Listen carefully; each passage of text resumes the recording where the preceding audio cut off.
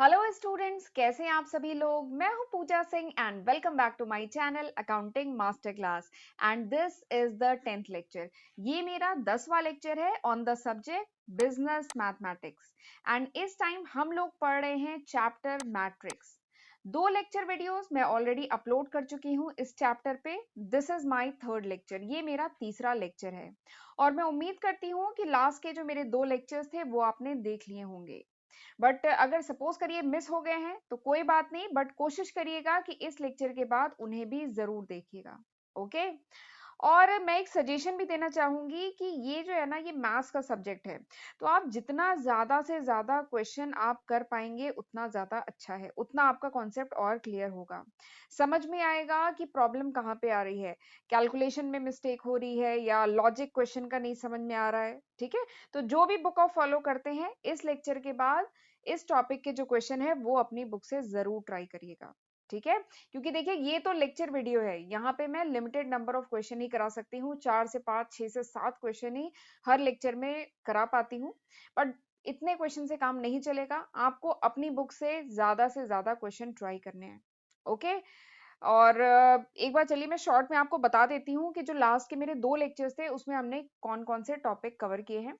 तो जो पार्ट 1 था इसका, उसमें मैंने आपको बताया था कि मैट्रिक्स क्या होता है, और उसके बाद हमने डिफरेंट टाइप की जो मैट्रिक्स है वो डिस्कस की थी डिटेल में। ठीक है, हमने लगभग 23 टाइप की जो मैट्रिक्स है वो बहुत डिटेल में डिस्कस की थी। और उसके बाद जो पार्ट सेकंड था, मैट्रिक्स जो चैप्टर है उसका पार्ट सेकंड में हमने एडिशन ऑफ मैट्रिक्स डिटेल में डिस्कस किया है।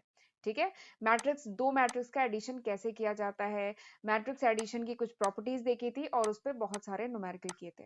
ठीक है, तो ये सारे ही टॉपिक हमने लास्ट लेक्चर में कवर किए थे एंड आज हम इसके आगे पढ़ेंगे। आज हम पढ़ेंगे अबाउट मल्टीप्लीकेशन ऑफ मैट्रिक्स। आज हम पढ़ेंगे कि अगर 2 मैट्रिक्स दी गई है, मैट्रिक्स ए और मैट्रिक्स बी, 2 मैट्रिक्स दी गई है तो इसका मल्टीप्लिकेशन कैसे किया जाएगा। ठीक है, और ये एडिशन तो बहुत इजी था। ठीक है, सिंपली हम सेम पोजीशन के जो एलिमेंट्स होते थे उनको हम सम कर देते थे, बहुत आसान था। ठीक है, बट मल्टीप्लिकेशन में थोड़ा सा ध्यान देने की जरूरत है। वैसे ये ऐसा कोई टिपिकल नहीं है, ये भी बहुत आसान है। ठीक है, इस लेक्चर के बाद देख लीजिएगा, मल्टीप्लिकेशन भी आसानी से कर लेंगे, लेकिन बस थोड़ा सा एडिशन से थोड़ा सा ज्यादा ध्यान देने की जरूरत है मल्टीप्लिकेशन में। ठीक। अच्छा, एडिशन में मैंने एक बात बताई थी, एडिशन के केस में क्या होता था, 2 मैट्रिक्स है, सपोज करिए मैट्रिक्स ए और बी, इनको आप कब ऐड कर सकते थे, जब इन दोनों मैट्रिक्स का क्या हो, ऑर्डर सेम हो। ये कंडीशन अप्लाई थी ना वहां पे, कि अगर दोनों का ऑर्डर सेम है, जैसे अगर ए मैट्रिक्स 2/2 की है तो B matrix should also be 2/2, वो भी 2/2 की होगी, तभी आप उनको ऐड कर सकते हैं। अगर ये 3/3 की है तो ये भी 3/3 की होगी, तभी आप इन्हें ऐड कर सकते हैं। ठीक है, तो ये तो कंडीशन थी एडिशन के टाइम। अब ऐसे ही मल्टीप्लिकेशन के टाइम भी एक कंडीशन है जिसका थोड़ा सा ध्यान रखना है। अब वो कंडीशन क्या है, वो कंडीशन ये है कि सपोज करिए ए और बी 2 मैट्रिक्स है, अगर इसका ऑर्डर है m क्रॉस n, ठीक है, और जो बी मैट्रिक्स है इसका ऑर्डर है n क्रॉस p। ठीक है, तो यहाँ पे क्या कंडीशन होती है, यहाँ पे ये कंडीशन होती है, देखिए ये होता है रो, ये होता है कॉलम, ये जो ऑर्डर होता है इसमें दिस इज रो, ये जो m होता है ये रो होता है, n क्या है, कॉलम है, ऐसे इसमें n क्या है, रो है, और ये p क्या है, कॉलम है। ठीक है, तो मल्टीप्लिकेशन के केस में एक कंडीशन क्या होती है, बस ये कंडीशन होती है कि जो फर्स्ट मैट्रिक्स है, जो a मैट्रिक्स है उसका कॉलम, और b मैट्रिक्स जो दूसरी मैट्रिक्स है उसका रो, ये इक्वल हो। ठीक है, एक बार फिर से बोल रही हूँ, यहाँ पे क्या कंडीशन होती है, जो पहली मैट्रिक्स है ए जो है उसका कॉलम और सेकंड मैट्रिक्स का जो रो है वो इक्वल हो। ठीक है, तो जैसे अगर कोई मैट्रिक्स है m क्रॉस n और दूसरी मैट्रिक्स है n क्रॉस p की, ठीक है, तो ये दोनों ऐसे कैंसिल आउट हो जाता है, तो इनका जो प्रोडक्ट निकलेगा, जो c मैट्रिक्स निकलेगी, जो प्रोडक्ट आएगा उसका ऑर्डर क्या होगा, उसका ऑर्डर होगा m क्रॉस p। ठीक है, इसका जो प्रोडक्ट होगा, जो सी मैट्रिक्स इसका प्रोडक्ट होगा, उसका ऑर्डर होगा m क्रॉस p, ये दोनों कट जाएगा, ये दोनों इक्वल है। ठीक है, तो ये बस एक छोटी सी कंडीशन है जिसको आपको ध्यान में रखना है। समझ में आई ना कंडीशन, ए मैट्रिक्स है order m cross n, B matrix है ऑर्डर n क्रॉस p। ठीक है, तो इसका कॉलम, पहली मैट्रिक्स का कॉलम और दूसरी मैट्रिक्स का रो इक्वल होगा, तभी मल्टीप्लीकेशन ए बी डिफाइंड है, वरना आप मल्टीप्लाई नहीं कर सकते। और जो रिजल्टेंट मैट्रिक्स सी आएगी, जो इसका मल्टीप्लाई करेंगे तो जो सी मैट्रिक्स आएगी, इसका ऑर्डर क्या होगा, इसका ऑर्डर होगा, इस एन एन को आप कैंसिल आउट कर दीजिए, इसका ऑर्डर होगा m क्रॉस p। ठीक है, ये जो रिजल्टेंट मैट्रिक्स है सी, इसका ऑर्डर होगा m क्रॉस p, ये देखिए लिखा है resultant matrix m cross p होगा इसका ऑर्डर। ठीक है, तो बस ये कंडीशन है, थोड़ा सा ध्यान रखना है। और इसको मल्टीप्लाई कैसे करते हैं, इसको मल्टीप्लाई करते हैं फर्स्ट जो मैट्रिक्स है उसके रो को सेकेंड मैट्रिक्स के कॉलम से मल्टीप्लाई करके सम करते हैं हर एलिमेंट को। ठीक है, कैसे करते हैं अभी मैं आपको एक एग्जाम्पल के साथ समझाऊंगी तो ज्यादा अच्छे से समझ में आएगा। ठीक, अब इसमें एक चीज और बता देती हूँ, जैसे ए बी दो मैट्रिक्स है, इसको मल्टीप्लाई किया सी आया, तो इसमें ए को हम क्या कहते हैं, ए को हम कहते हैं प्री फैक्टर।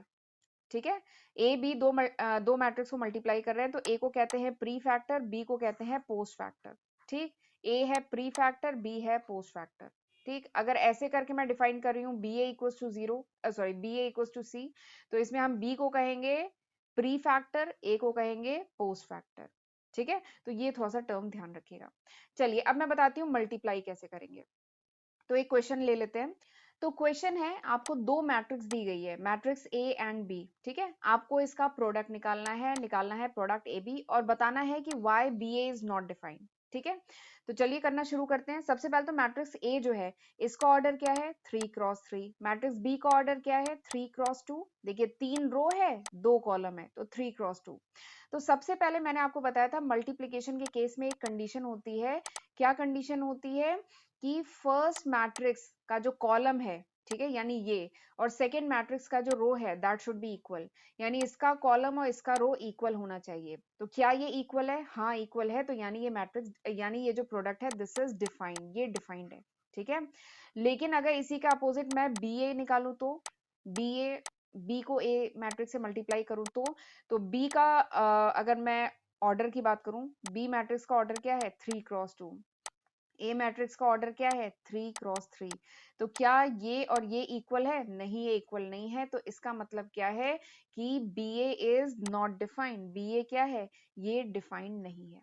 ठीक है, तो आपको इसमें एक क्वेश्चन का आंसर मिल गया कि बी ए क्यों नहीं डिफाइंड है, क्योंकि this and this is not equal, ये इक्वल नहीं है इसलिए ये डिफाइंड नहीं है।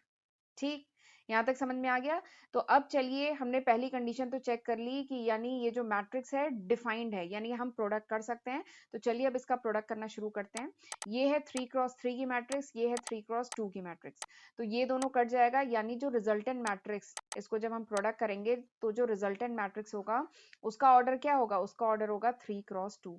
ये कहाँ से आया, देखिए ये है 3x3, ये है 3x2।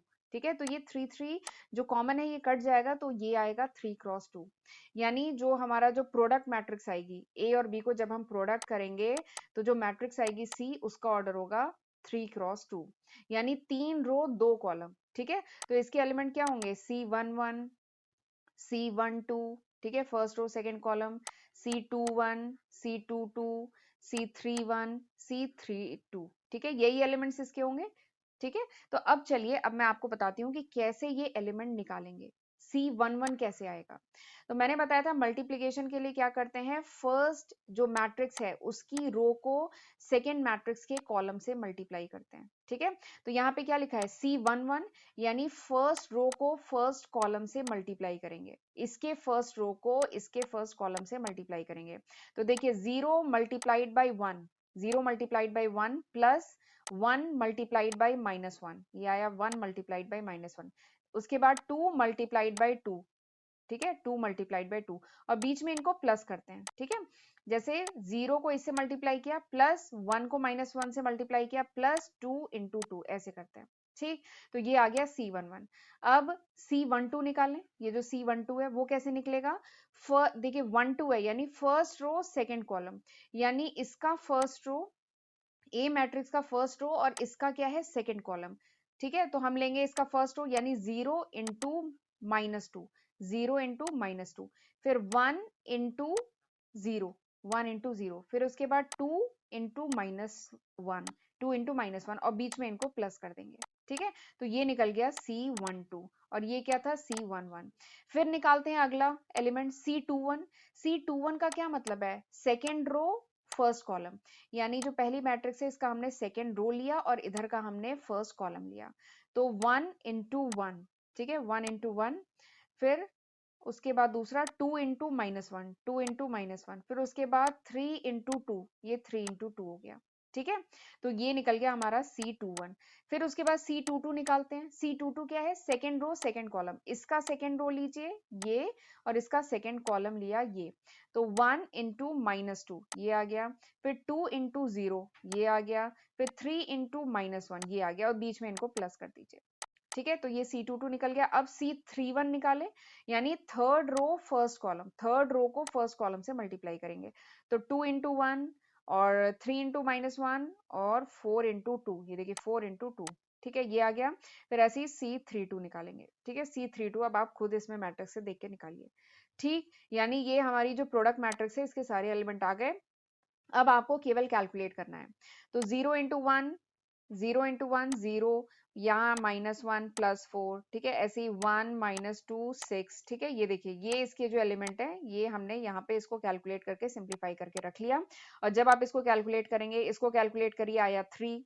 ठीक है, इसको कैलकुलेट करेंगे -2, इसको कैलकुलेट करिए कितना आएगा, 6 में से -1 गया 5, इसको कैलकुलेट करिए -5, इसको कैलकुलेट करिए कितना आ जाएगा 7, इसको कैलकुलेट करिए आ जाएगा -8। ठीक है, तो इस तरीके से हमारी जो प्रोडक्ट मैट्रिक्स है सी मैट्रिक्स आ गई। ठीक, इसका ऑर्डर क्या है, 3x2, 3 रो 2 कॉलम। कहां से आया, क्योंकि ए मैट्रिक्स है 3x3 और बी मैट्रिक्स है 3x2। ठीक है, तो ये 3 3 कट जाता है, तो जो रिजल्टेंट मैट्रिक्स है उसका ऑर्डर क्या होता है, 3x2। तो इस तरीके से हम मल्टीप्लीकेशन ऑफ मैट्रिक्स करते हैं। ठीक, चलिए आगे बढ़ते हैं। अब मैं आपको बताती हूँ कुछ properties of matrix multiplication. Matrix multiplication की कुछ प्रॉपर्टीज हैं। तो सबसे पहली प्रॉपर्टी क्या है, सबसे पहली प्रॉपर्टी है कि मैट्रिक्स मल्टीप्लिकेशन कॉम्यूटेटिव, हमेशा कॉम्यूटेटिव नहीं होता है। इसका मतलब क्या है, आपको जब मैंने एडिशन पढ़ाया था, मैट्रिक्स एडिशन, तो वहां पे देखा था कि a plus B is always equals to b plus A. चाहे a में b को ऐड करो चाहे b में a को ऐड करो, बात एक ही है, हमेशा कॉम्यूटेटिव होता है। लेकिन मैट्रिक्स मल्टीप्लिकेशन में ऐसा कोई जरूरी नहीं है कि a into B is equals to b into A हो, ऐसा कोई जरूरी नहीं है। कभी कभार हो सकता है इक्वल, बट नॉट ऑलवेज, हमेशा नहीं होता है। ठीक है, तो ये कॉम्यूटेटिव नहीं होता है। This is the first property. दूसरी प्रॉपर्टी क्या है कि मैट्रिक्स मल्टीप्लिकेशन इज एसोसिएटिव, ये एसोसिएटिव होता है। इसका क्या मतलब है कि आप BC को पहले मल्टीप्लाई करिए, जो रिजल्ट आए उसको A में मल्टीप्लाई करिए, तो आंसर वही आएगा जो AB को पहले मल्टीप्लाई करिए और उसके रिजल्ट को C में मल्टीप्लाई करिए। ठीक है, तो आंसर सेम आएगा। तो ये एसोसिएटिव प्रॉपर्टी को होल्ड करता है। ठीक, तीसरा जो मैट्रिक्स मल्टीप्लिकेशन की प्रॉपर्टी है that is distributive law. Distributive law of multiplication over addition, यानी A into B plus C है। ठीक है, ये ए बी सी तीन मैट्रिक्स है। ठीक है, A into B plus C है, तो इसका वही आंसर होगा जो ए बी प्लस ए सी होगा, ए बी प्लस ए सी। यानी आप A और B मैट्रिक्स को मल्टीप्लाई करें प्लस A और C मैट्रिक्स को मल्टीप्लाई करें, तो रिजल्ट वही आएगा जो इसका रिजल्ट आएगा। ठीक है, तो ये डिस्ट्रीब्यूटिव लॉ को भी होल्ड करता है। फिर उसके बाद चौथी प्रॉपर्टी मैट्रिक्स मल्टीप्लिकेशन की क्या है कि transpose of the product of two matrix, यानी हमने दो मैट्रिक्स ली, उसका प्रोडक्ट किया, ए और बी दो मैट्रिक्स थी, इसका प्रोडक्ट किया और फिर इसका ट्रांसपोज निकाला। ट्रांसपोज बताया था ना, रो को कॉलम से जो इंटरचेंज करते हैं, तो जो मैट्रिक्स मिलती है उसे कहते हैं ट्रांसपोज। तो हमने ए और बी दो मैट्रिक्स को प्रोडक्ट किया, फिर उसका ट्रांसपोज निकाला, तो वो क्या होगा, it is the product in reverse order of their transpose. यानी इन ये जो ए बी है इसका रिवर्स ऑर्डर क्या है, बी ए, इनका ट्रांसपोज का प्रोडक्ट ये होगा। ठीक है, this is the fourth and important property. Even ये प्रूव करने को बहुत बार क्वेश्चन में पूछा जाता है कि इसे प्रूव करिए। तो ए और बी दो मैट्रिक्स है, अगर इनके प्रोडक्ट को का ट्रांसपोज करते हैं तो वो किसके बराबर होता है, बी ट्रांसपोज ए ट्रांसपोज के प्रोडक्ट के बराबर होता है। This is the fourth property, और ये काफी इंपॉर्टेंट है, पूछा जाता है एग्जाम में। और पांचवी और आखिरी प्रॉपर्टी क्या है, existence of multiplicative identity. Existence of multiplicative identity, इसका मतलब क्या है कि सपोज करिए कोई स्क्वायर मैट्रिक्स है ए। ठीक है, तो इसका मतलब क्या है कि there exist an identity matrix, एक आइडेंटिटी मैट्रिक्स एग्जिस्ट करती है ऑफ सेम ऑर्डर, कि अगर आप इस मैट्रिक्स ए को आइडेंटिटी मैट्रिक्स से मल्टीप्लाई करें या आइडेंटिटी मैट्रिक्स को ए मैट्रिक्स से मल्टीप्लाई करें, the answer would be same. मतलब आंसर क्या आएगा, ए आएगा, क्योंकि ये आइडेंटिटी, आइडेंटिटी मतलब कि सेम आ जाए। ठीक है, तो इसका मतलब क्या है कि एग्जिस्टेंस ऑफ मल्टीप्लिकेटिव आइडेंटिटी, यानी हर स्क्वायर मैट्रिक्स ए जो है इसका एक मल्टीप्लिकेटिव आइडेंटिटी एग्जिस्ट करती है। ठीक है। मल्टीप्लिकेटिव आइडेंटिटी मतलब कि हम उस मैट्रिक्स को अगर मल्टीप्लाई करें उससे, ठीक है, तो सेम आइडेंटिटी आए, यानी सेम मैट्रिक्स आ जाए। तो वही है I A equals to A I equals to A. I क्या है? I is the unit matrix, I is a unit matrix. ठीक है, तो ये 5 इंपॉर्टेंट प्रॉपर्टी है मैट्रिक्स की। चलिए आगे बढ़ते हैं, अब कुछ क्वेश्चन करते हैं। क्वेश्चन, नेक्स्ट क्वेश्चन क्या है कि सपोज करिए ए एक मैट्रिक्स है, ठीक है, ये आपको मैट्रिक्स ए दिख रही है। इसका ऑर्डर क्या है? इसका ऑर्डर है 2 रो है 3 कॉलम है, 2 क्रॉस 3। ठीक है, आपको फाइंड करना है ए ट्रांसपोज, ये आपको फाइंड करना है। ट्रांसपोज को हम ऐसे करके सिंबल से शो करते हैं, तो ए ट्रांसपोज आपको फाइंड करना है और ये भी शो करना है कि A transpose is a symmetric matrix. ठीक है, तो दिस इज द क्वेश्चन। सबसे पहले आपको फाइंड आउट करना है ए ट्रांसपोज, आपको फाइंड करना है और उसके बाद प्रूव करना है कि ये सिमेट्रिक मैट्रिक्स है। तो ए आपको दिया गया है, ए मैट्रिक्स ये है। ठीक है, ए ट्रांसपोज कैसे फाइंड आउट होगा? तो ट्रांसपोज के लिए सिंपली क्या करते हैं कि रो को कॉलम में कन्वर्ट करते हैं। जो फर्स्ट रो है वो फर्स्ट कॉलम हो जाता है, सेकेंड रो सेकेंड कॉलम हो जाता है। तो ए मैट्रिक्स अगर ये है, ए मैट्रिक्स अगर 2 इंटू 3 की है, तो ए ट्रांसपोज क्या हो जाएगी? 3 इंटू 2 की हो जाएगी। फर्स्ट रो किस में कन्वर्ट हो जाएगा? फर्स्ट कॉलम में। सेकेंड रो कन्वर्ट हो जाएगा सेकेंड कॉलम में। ठीक है, तो ये हो गया ए और ये हो गया ए ट्रांसपोज, तो हमने निकाल लिया ए ट्रांसपोज। अब हमें क्या निकालना है? ए मल्टीप्लाइड बाई ए ट्रांसपोज करना है, तो मल्टीप्लाई करना तो अभी हमने सीखा है। देखिए ए का ऑर्डर क्या है? ए जो मैट्रिक्स है उसका ऑर्डर है 2 इंटू 3। डी ये जो ए ट्रांसपोज मैट्रिक्स है इसका ऑर्डर क्या है? 3 इंटू 2। 3 3 कट गया, यानी जो इसका प्रोडक्ट आएगा, अगर सपोज करिए इसका प्रोडक्ट सी मैट्रिक्स आता है, तो उसका ऑर्डर क्या होगा? 2 क्रॉस 2। ये मैंने अभी बताया था। ठीक है, और मैंने बताया था कि पहले मल्टीप्लाई करने से पहले चेक कर लेते हैं कि मल्टीप्लीकेशन डिफाइंड है कि नहीं है, मतलब पहली मैट्रिक्स का कॉलम और दूसरी मैट्रिक्स का रो इक्वल है कि नहीं है। तो यहाँ पे इक्वल है, यानी इसका मल्टीप्लीकेशन डिफाइंड है। और जो रिजल्टेंट मल्टीप्लीकेशन के बाद जो मैट्रिक्स आएगी उसका ऑर्डर क्या है? 2 क्रॉस 2। ठीक है, ये भी हमने देख लिया। तो चलिए अब करना शुरू करते हैं। अब ये जो 2 क्रॉस 2 की मैट्रिक्स होगी, इसके एलिमेंट्स क्या होंगे? इसके एलिमेंट होंगे C11 first row first column, first row second column, second row first column, second row second column, यही एलिमेंट होंगे ना। इस ये जो मल्टीप्लाई करके मैट्रिक्स मिलेगी इसके यही एलिमेंट होंगे 4। ठीक है, 2 क्रॉस 2 की मैट्रिक्स बनेगी। तो C11 का क्या मतलब है? C11 का मतलब है फर्स्ट रो फर्स्ट कॉलम, यानी इसके फर्स्ट रो को इसके फर्स्ट कॉलम से मल्टीप्लाई करते हैं। तो मल्टीप्लाई करना शुरू कर रहे हैं, ए डैश को मल्टीप्लाई करते हैं, यही फाइंड आउट करने के लिए कहा गया है। तो इसके फर्स्ट रो को इसके फर्स्ट कॉलम से मल्टीप्लाई करते हैं। तो 3 इंटू 3 9, 1 इंटू 1 1, -1 इंटू -1 1। ठीक है, तो ये C11 आ गया। फिर अगला क्या है? C12, इसका मतलब क्या है? C12 इसका मतलब फर्स्ट रो सेकंड कॉलम, यानी इसका हमने फर्स्ट रो लिया और इसका सेकंड कॉलम। तो 3 इंटू 0 0, 1 इंटू 1 1, -1 इंटू 2 -2, तो ये आ गया C12।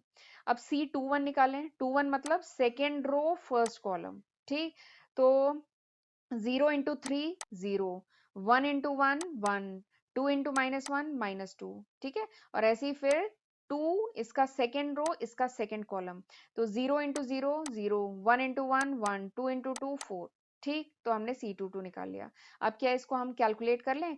9 + 1 + 1 11, और इधर -1, इधर ये क्या हुआ? -1, और ये क्या हुआ? 5। तो ये हमारी निकल के आ गई ए डैश मैट्रिक्स। ठीक है, तो हमने पहला पार्ट, इस क्वेश्चन का पहला पार्ट कर लिया, मल्टीप्लाई करके ए डैश निकाल लिया। दूसरा पार्ट इस क्वेश्चन का क्या है कि प्रूव करिए दिस इज सिमेट्रिक मैट्रिक्स। ये जो ए डैश निकल के आया है, एक बार मैं स्क्रीन क्लियर कर देती हूँ। अगला पार्ट क्या है कि प्रूव करना है दिस इज सिमेट्रिक मैट्रिक्स, ये जो है सिमेट्रिक मैट्रिक्स है। तो फर्स्ट पार्ट जो था मैट्रिक्स का, उसमें मैंने आपको बताया था सिमेट्रिक मैट्रिक्स क्या होता है। तो अगर कोई मैट्रिक्स डी है, if D is equals to D dash, ठीक है, अगर कोई मैट्रिक्स डी है और अगर वो उसके ट्रांसपोज के बराबर होती है, तो इसका मतलब क्या है? मैट्रिक्स डी क्या है? Symmetric matrix. ठीक है, तो यहाँ पे हमें प्रूव करना है कि ये जो निकल के आया दिस इज सिमेट्रिक मैट्रिक्स, ये सिमेट्रिक मैट्रिक्स है। तो सिमेट्रिक मैट्रिक्स है तो इसको हम प्रूव कर दें, इसका ये और इसका ट्रांसपोज, ये और इसका ट्रांसपोज अगर बराबर हो, यानी ये सिमेट्रिक मैट्रिक्स है। तो जरा ये जो ए डैश निकल के आया है, इसका जरा मैं ट्रांसपोज निकालूं। तो ट्रांसपोज कैसे निकालते हैं? First row become first column, यानी फर्स्ट रो जो ये है ये बन जाएगी फर्स्ट कॉलम। फिर ये जो सेकेंड रो है ये बन जाएगी सेकेंड कॉलम। ठीक है, तो हमने इसका ये ट्रांसपोज निकाल लिया, ए डैश का ट्रांसपोज, ठीक है, ये निकाल लिया। ठीक है, तो आप देखेंगे ये ए डैश और ए डैश का डैश, यानी ए डैश का जो ट्रांसपोज हमने निकाला, ये दोनों तो बराबर हैं। तो इसका मतलब क्या है कि दिस इज सिमेट्रिक मैट्रिक्स, ये सिमेट्रिक मैट्रिक्स है। ठीक है, तो इस तरीके से प्रूव हो गया कि ए डैश क्या है, सिमेट्रिक मैट्रिक्स है। ठीक है, और एक चीज है, ये जो ए डैश है, कुछ बुक में डैश से रिप्रेजेंट करते हैं ट्रांसपोज को, और कुछ बुक में टी से, स्मॉल टी से, मतलब यहाँ पे एक छोटा सा टी रहता है, उससे रिप्रेजेंट करते हैं। ठीक है, तो इसका मतलब होता है ट्रांसपोज। ठीक, तो इस तरीके से करेंगे क्वेश्चन। चलिए आगे बढ़ते हैं। अच्छा, आगे बढ़ने से पहले मैं बताना चाहती हूँ कि this is the list of subject जो मैं आज की तारीख यानी मई 2022 तक अपने चैनल पे अपलोड कर चुकी हूँ। अगर ये वीडियो आप कुछ महीने बाद देख रहे हैं, कुछ साल बाद देख रहे हैं, तो होपफुली मैं इसमें काफी न्यू सब्जेक्ट ऐड कर चुकी होंगी। ये अभी तक है, मई 2022 तक है।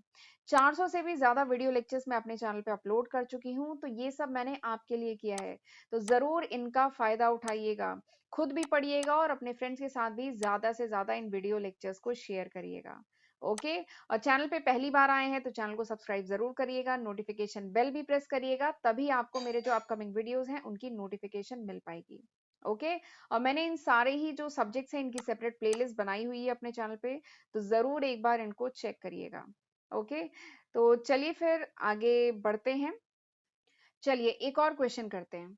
क्वेश्चन क्या है, शो दैट मैट्रिक्स दिस, ये जो मैट्रिक्स ए है, this is the solution of the equation this, ये एक इक्वेशन दिया गया है, इस इक्वेशन का जो सॉल्यूशन है, ठीक है, वो क्या है, वो मैट्रिक्स ए है।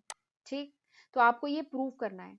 तो अगर ये मैट्रिक्स ए इसका सॉल्यूशन है, तो इसका मतलब क्या है कि ए की वैल्यू अगर हम पुट करें, हम ए की जगह ये मैट्रिक्स ए पुट करें, तो this is equal to zero, ये जीरो आ जाना चाहिए। ठीक है, तो प्रूव हो जाएगा कि ये इसका सॉल्यूशन है। ठीक, अब इसमें एक चीज आपको दिख रही है, देखिए ए square minus 5a plus 7i2। अब ये i2 क्या है, i2 is the unit matrix, ये जो i2 है ये यूनिट मैट्रिक्स है, और 2 का मतलब क्या है, 2 का मतलब है ये 2 क्रॉस 2 की यूनिट मैट्रिक्स है। ठीक है, अगर i3 होता तो इसका मतलब 3 क्रॉस 3 की यूनिट मैट्रिक्स है, तो यहाँ पे i2 है, इसका मतलब ये 2 क्रॉस 2 की यूनिट मैट्रिक्स है। ठीक है, तो चलिए करना शुरू करें क्वेश्चन। सिंपली हमें क्या करना होगा, इसका ये ए मैट्रिक्स इसका सोल्यूशन है, ये हमें प्रूव करने के लिए ए की वैल्यू, ये जो ए मैट्रिक्स है इसको उठा के यहाँ पे पुट करना होगा, और फिर जो मतलब इसका जब सॉल्व करेंगे इस पूरे इक्वेशन को, तो जीरो आ जाए तो हमारा प्रूव हो जाएगा, ये हमारा पर्पस है। ठीक है, तो चलिए करना शुरू करते हैं। देखिए सबसे पहला टर्म यहाँ पे क्या दिख रहा है, ए स्क्वायर। ठीक है, तो सबसे पहले हम ए स्क्वायर निकालेंगे। फिर अगला टर्म हमें क्या दिख रहा है, -5a, तो हम अगला 5a निकालेंगे। फिर क्या दिख रहा है, 7i2। ठीक है, 7i2, तो 7i2 निकालेंगे। फिर इन तीनों टर्म को हम सम करेंगे, और फिर अगर इक्वल्स टू आ गया, तो इसका मतलब क्या है कि जो मैट्रिक्स ए है, this is the solution of this equation, ये जो मैट्रिक्स ए है इस इक्वेशन का सॉल्यूशन है। ठीक है, तो इस तरीके से हम प्रूव करेंगे। तो चलिए पहले हम a2 निकालते हैं, a2 नहीं, ए स्क्वायर निकालते हैं। तो ए स्क्वायर क्या है, ए स्क्वायर मतलब a इंटू ए। तो ए मैट्रिक्स क्या है, ए मैट्रिक्स है 3 1 -1 और 2, ऐसे लिखा हमने ए मैट्रिक्स, फिर एक और ए मैट्रिक्स लिखी। ठीक है, तो इस मैट्रिक्स का ऑर्डर क्या है, 2 क्रॉस 2, इसका भी ऑर्डर क्या है, 2 क्रॉस 2, तो ये दोनों कट गया, तो जो रिजल्टेंट मैट्रिक्स होगी उसका ऑर्डर क्या होगा, 2 क्रॉस 2 होगा। ये समझ में आ गया। अब इसके एलिमेंट क्या होंगे, इसके एलिमेंट होंगे C11, C12, C21, C22। ठीक है, C11 का क्या मतलब है, फर्स्ट रो फर्स्ट कॉलम, इसका फर्स्ट रो और इसका फर्स्ट कॉलम, यानी 3 इंटू 3 9, और -1 इंटू +1 -1। ठीक, फिर अगला क्या है, C12, तो C12 यानी first row sorry first row, wait मैंने एक गलती कर दी है, इसको मैं फिर से करती हूँ। ठीक है, यहाँ पे C11, C12, C21, C22, ये हुआ। देखिए C11 का क्या मतलब है, फर्स्ट रो फर्स्ट कॉलम। ठीक है, फर्स्ट रो फर्स्ट कॉलम, यानी आपने 3 को 3 से मल्टीप्लाई किया 9, 1 को -1 से मल्टीप्लाई किया -1। ठीक, फिर अगला क्या है, C12, यानी फर्स्ट रो सेकेंड कॉलम, यही मतलब है ना। C12 का क्या मतलब है, फर्स्ट रो सेकंड कॉलम, यानी इसके फर्स्ट रो को आप सेकंड कॉलम से मल्टीप्लाई करेंगे, फिर सम करेंगे, यानी 3 इंटू 1 3, 1 इंटू 2 2। ठीक, फिर अगला क्या है, C21, C21 मतलब सेकेंड रो फर्स्ट कॉलम। ठीक है, तो सेकेंड रो को फर्स्ट कॉलम से करिए, तो -1 इंटू 3 -3, 2 इंटू -1 -2, ठीक, फिर अगला क्या है C22 यानी सेकेंड रो सेकेंड कॉलम, फिर जब आप मल्टीप्लाई करेंगे ये आएगा। ठीक है, तो इस तरीके से आपने ये चारों इसके जो एलिमेंट है वो फाइंड आउट कर लिया। अब इसको कैलकुलेट करिए, ये आएगा 8, इसको करेंगे ये आएगा 5, इसको किया ये आया -5 और इसको कैलकुलेट किया ये आया 3। तो इस तरीके से हमारा ए स्क्वायर निकल आया। ठीक है, अगला टर्म क्या है -5a, -5a। तो लास्ट लेक्चर में मैंने आपको स्केलर मल्टीपल ऑफ मैट्रिक्स बताया था। अगर किसी मैट्रिक्स को हम किसी नंबर से मल्टीप्लाई करते हैं तो सिंपली सारे जो एलिमेंट होते हैं उनको मल्टीप्लाई कर दिया जाता है उस नंबर से। तो -5 इंटू ए मैट्रिक्स से मल्टीप्लाई कर रहे हैं तो इसका मतलब क्या है -5 इंटू 3 -15, -5 इंटू 1 -5, -5 इंटू -1 यानी 5, -5 इंटू 2 यानी -10। तो हमारा -5a भी आ गया। अब इसके बाद अगला क्या है 7i2, 7i2 यानी 7 और i2 मतलब यूनिट मैट्रिक्स। ठीक है, यूनिट मैट्रिक्स ये लिखा, तो यानी सिंपली क्या आ जाएगा 7 को इन सारे एलिमेंट से मल्टीप्लाई किया तो यहाँ आ गया 7, ये 0, ये 0, ये 7, हमने सारे एलिमेंट को 7 से मल्टीप्लाई कर दिया तो ये आ गया 7i2।